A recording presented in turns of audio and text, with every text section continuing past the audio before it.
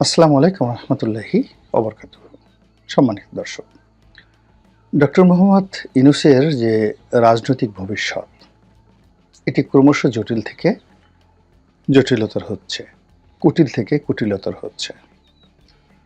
তার রাজনীতির যে ভাগ্যাকাশ, সেখানে আমাদের আশা ছিল যে পূর্ণিমার চাঁদ জ্বলজ্বল করে জ্বলবে, কিন্তু সেটা না করে অমাবস্যার অন্ধকার, ঘোর অন্ধকার, অমানিসার যে মরা কাঁটাল, সব মিলিয়ে তার সারা জীবনের যে সফলতা, সেই সফলতাকে তছনছ করে দেওয়ার মতো পর্যায় তৈরি হয়ে গেছে। তিনি সিদ্ধান্ত নিতে পারছেন না, তিনি সিদ্ধান্ত দিতেও পারছেন না। তিনি কথা বলছেন, সেটা কথা হচ্ছে না। তিনি চুপ থাকতে পারছেন না, আবার যে কথাগুলো বলছেন সেই কথায় নানা রকম কনফিউশন তৈরি হচ্ছে। শেখ হাসিনার জমানাতে শেখ হাসিনার কিছু কর্মকাণ্ডের কারণে তিনি নিদারুণভাবে সমালোচিত হয়েছিলেন। এর মূল কারণ হলো তার যে বেসিক এবং ফান্ডামেন্টাল যে ইন্টিগ্রিটি, সেটি ছিল না। 2014 সন, 18 এবং 24 তিনটি অনিয়মের নির্বাচন এবং তিনটি অগণতান্ত্রিক নির্বাচন করার ফলে তার যে প্রধানমন্ত্রী হিসেবে আইনগত ভিত্তি, বৈধতা এবং নৈতিক মনোবল শূন্যের কোঠায় চলে গিয়েছিল। ফলে তার যে সুদীর্ঘ রাজনৈতিক জীবন, তার যে পারিবারিক ঐতিহ্য, ট্র্যাডিশন, তিনি যে বঙ্গবন্ধুর কন্যা, তিনি যে একটি রাজনৈতিক পরিবারকে রিপ্রেজেন্ট করেন, সব কিছুই তার জন্য বুমেরাং হয়ে পড়েছিল। যেমন ধরুন, আপনার এক শিশি আতর যদি কোনো অবস্থাতেই আবর্জনার মধ্যে পড়ে যায়, আপনি কি আতরের গন্ধ শুঁকতে পারবেন? কখনোই পারবেন না। তদ্রূপ যখন যে কোনোভাবে মানুষ যদি অবৈধ হয়ে যায়, অগণতান্ত্রিক হয়ে যায়, ফ্যাসিস্ট হয়ে যায়, এবং যে পদে থাকে সেই পদের যদি তার সম্মান না থাকে, তাহলে তিনি যতই জ্ঞানী হন, শিক্ষিত হন, তার যতই ইতিবাচক দিক থাকুক না কেন, এগুলো ওই যে আবর্জনার মধ্যে যখন একটি আতরের শিশি ফেলা হয়, ওটার যে প্রতিক্রিয়া ওইরকম হয়। এখানে ভিন্ন উদাহরণ দিতে পারতাম, বলতে পারতাম যে এক বালতি দুধের মধ্যে একটু গোচো না দিলে যেভাবে দুধ জমে যায়, ঠিক ওটার সঙ্গে এখানে তুলনীয় নয়। এ কারণে হলো দুধ জমে গেলে সেখানে দই হয় এবং দইও অনেক সময় উপাদেয় হয়ে যায়, সেখানে ছানা হয়, তারপরে আরও অনেক কিছু হয়। কিন্তু যদি আবর্জনার মধ্যে আপনার আতর পড়ে যায়, তাহলে আতরের অস্তিত্বটাই বিলীন হয়ে যায়। এই কারণে হয় কি, যে ভালো মানুষ, যোগ্যতম মানুষ যে কোনো একটা ওসিলাতে গিয়ে যদি সে ট্রলের শিকার হয়ে পড়ে এবং মন্দ একটা জায়গাতে গিয়ে বসে, তখন আর তার সেই জিনিসগুলো থাকে না। শেখ হাসিনা পরপর 2 বার গণতান্ত্রিকভাবে নির্বাচিত প্রধানমন্ত্রী, 1996 সনে এবং 2008 সনে। তার যে এই বিরাট সফলতা এবং ওই 2 সময়টাতে তিনি যে উল্লেখযোগ্য কর্মকাণ্ডগুলো করেছেন, সবই এসে এই 14 সনের পর এমন হয়ে গেল যে তিনি যা বলেন তা নিয়ে হাসাহাসি হয়। তাহাজ্জুদ নামাজ পড়েন, হাসাহাসি হয়। তার তসবিহ নিয়ে হাসাহাসি হয়। তিনি কাঁঠাল দিয়ে বার্গার তৈরির কথা বলেন, এজন্য তার নাম হয়ে যায় কাঁঠাল রানী। এটা হওয়ার কথা নয়। তার একটা কথাও কিন্তু অপ্রাসঙ্গিক নয়। কাঁঠাল দিয়ে বার্গার তৈরি করা হয় এবং সেটা অনেক সুন্দর বার্গার হয়। তিনি তেল ছাড়া রান্না করেন, পেঁয়াজ ছাড়া রান্না করেন। তো এই জিনিসগুলো প্রশংসার দাবি রাখত যদি অন্য সময় হতো, কিন্তু যেহেতু তিনি তার যে আইনগত বৈধতা এবং ভিত্তি হারিয়ে ফেলেছিলেন, ফলে তিনি যা কিছু করতেন সবই মানুষ ট্রল করত। তার পোশাক নিয়ে, তার আশাক নিয়ে, তার কথা নিয়ে, তার চাহনি নিয়ে, সব কিছু নিয়ে।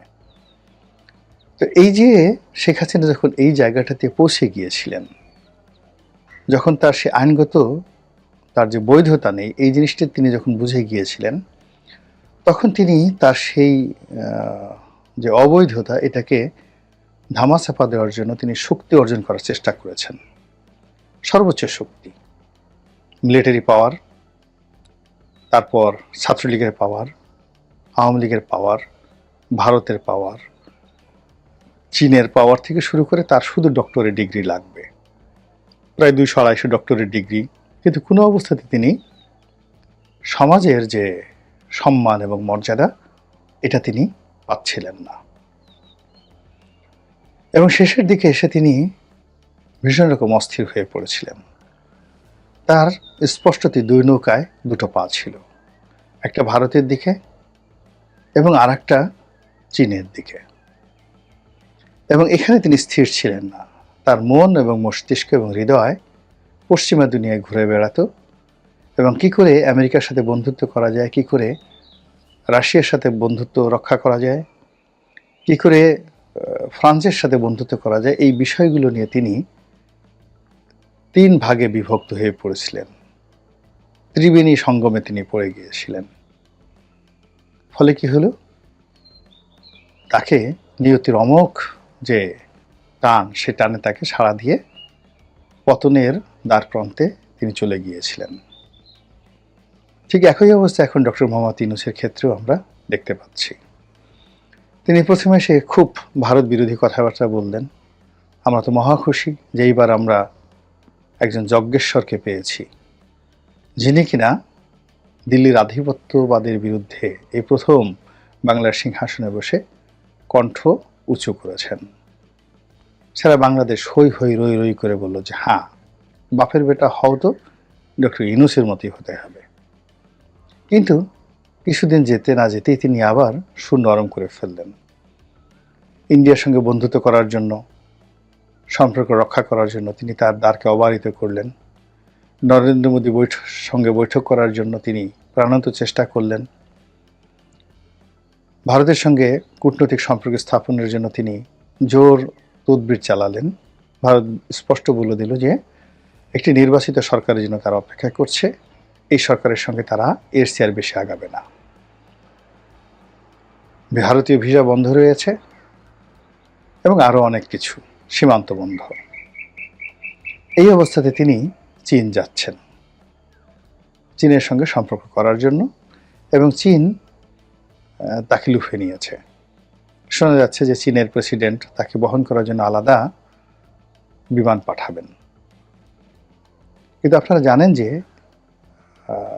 নিয়তি যখন মানুষকে ডাকে তখন সে মানুষ যতই হাত রাখ না কেন সে কিন্তু কুলকিনারা পায় না। এখন বিভিন্ন কারণে ডক্টর মোহাম্মদ ইউনূসের পায়ের নিচ থেকে মাটি চলে গেছে। এখন চীন তো দূরের কথা, 1000 চীন চেষ্টা করলেও তাকে হেফাজত করতে পারবে না, তাকে রক্ষা করতে পারবে না, কিংবা তার সরকারের জন্য কোনো ইতিবাচক সিদ্ধান্ত দিতে পারবে না। বরং চীনের খপ্পরে পড়ে তিনি যদি কোনো সিদ্ধান্ত চীনের পক্ষে দেন এবং চীনের সঙ্গে যদি একটা চুক্তিতে আসেন, সেটি ভারতের জন্য রীতিমতো একটি জিহাদের কারণ হয়ে দাঁড়াবে, এটা জিদের কারণ হয়ে দাঁড়াবে।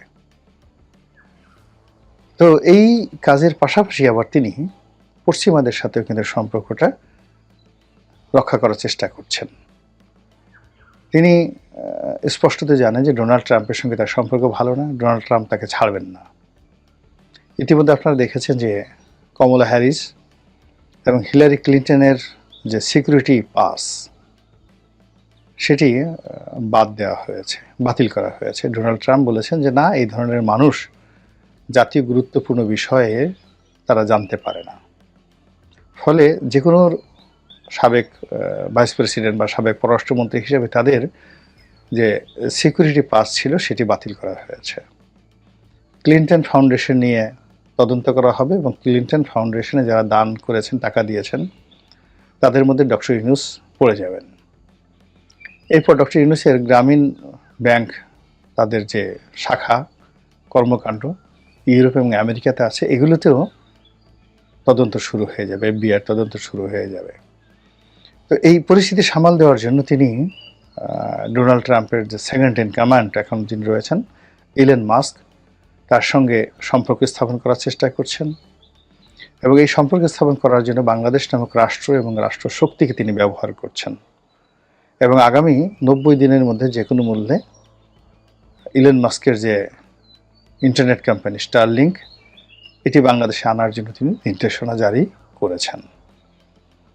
এখানে দেশের কত ক্ষতি হলো, এর দ্বারা এক্সিস্টিং যারা ব্যবসা বাণিজ্য করছেন তাদের কি ক্ষতি হবে, দেশের কি লাভ হবে, তার চাইতে বড় ব্যাপার হলো ডক্টর মোহাম্মদ ইউনূস জিদ করেছেন যে তিনি ডোনাল্ড ট্রাম্পের সঙ্গে সম্পর্ক করবেনই। আবার অন্যদিকে ডোনাল্ড ট্রাম্পের যে বিরোধী পক্ষ যারা ডেমোক্র্যাট, তাদের সঙ্গে তিনি সম্পর্ক অব্যাহত রেখেছেন, তলে তলে সম্পর্ক রেখেছেন, প্রকাশ্যে রেখেছেন। ক্লিন্টন, হিলারি ক্লিন্টন, বাইডেন, কমলা ছাড়াও তার দলের অনেক যারা সিনেটর রয়েছেন তাদের সঙ্গে তিনি সম্পর্ক স্থাপন করে ফেলেছেন এবং এরকম একজন সিনেটরকে তিনি বাংলাদেশে দাওয়াত করে এনেছেন বা তিনি এসেছেন। পরে জানা গেল যে সেই সিনেটর একটি অস্ত্র ব্যবসায়ী কোম্পানির, আমেরিকান আর্মস কোম্পানির তিনি দালাল, লবিস্ট। বাংলাদেশে এসেছেন মূলত সেনাবাহিনীর কাছে এই আমেরিকান অস্ত্র বিক্রি করার জন্য। এভাবে তিনি আমেরিকান লবিকে কাজে লাগানোর চেষ্টা করছেন। তিনি ইম্মানুয়েল ম্যাক্রোর সঙ্গে তার ব্যক্তিগত সম্পর্ক, এটাকেও কাজে লাগার চেষ্টা করছেন এবং তিনি ঘুরে বেড়াচ্ছেন। তার যে রাজনীতি, সেই রাজনীতির একটা নিরাপদ পথ চলা নিশ্চিত করার জন্য, অথবা এই রাজনীতি থেকে যেন তিনি নিরাপদে প্রস্থান করতে পারেন, সেফ এক্সিট